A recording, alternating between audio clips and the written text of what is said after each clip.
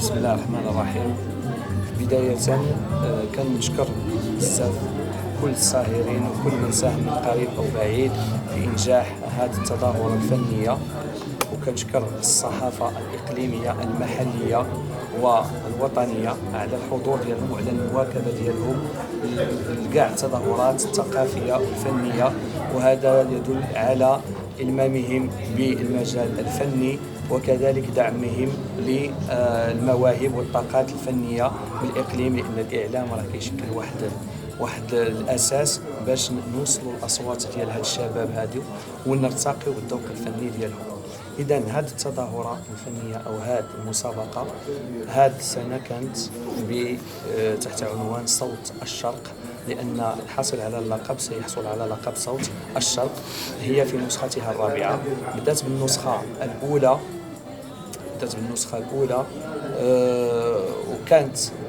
تحت عنوان صوت جرسيف، وكانت نسخة إقليمية، وأيضا النسخة الثانية والثالثة بقيت على نفس المنحى اللي هو صوت جرسيف، وكانت بصيغة يعني كما تنقول إقليمية. الآن طمحنا على أننا نديروها جهوية، الحمد لله توفقنا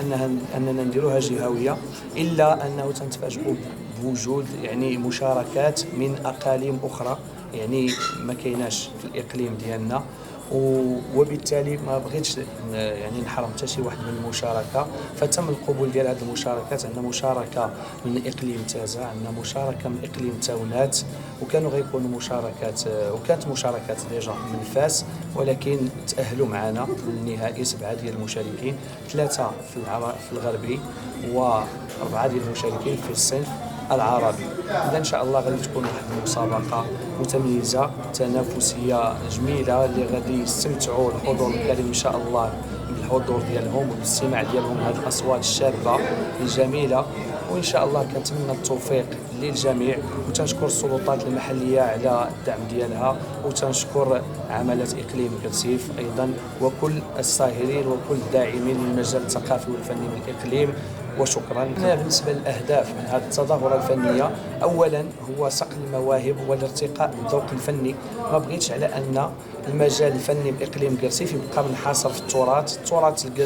الشرقي ولا التراث اللي كانت تمتاز به مدينة جرسيف، هو تراثنا وتنعرفوه وتنفهموه الحمد لله وتنستمعوا ليه، ولكن بغينا نبينوا ونفتحوا ونبينوا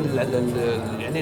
الناس الآخرين على الصعيد الوطني على أن شباب وطاقات ومواهب جرسيف قادرة على أداء عدة ألوان موسيقية أخرى من غير الألوان المعروفة عندنا هنا في الجهة الشرقية اللي هي الراي والقادة والهيتي. كاين ألوان أخرى اللي قادرين يتميزوا بهم، وفعلا تميزوا في المديح والسماع، تميزوا في الطرابي، تميزوا في اللون الشبابي، تميزوا بزاف ديال الألوان. إذا هاد الشباب هادو تنعطيوهم فرصة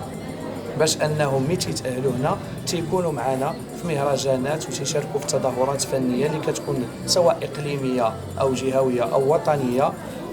وايضا باش كنشكل واحد المجموعه صوتيه، لان الفائزين اللي كيبقاو في النهائي كنشكل من خلالهم مجموعه صوتيه اللي ان شاء الله غادي تكون كتشارك في تظاهرات فنيه ومسابقات محليه وجهويه ووطنيه.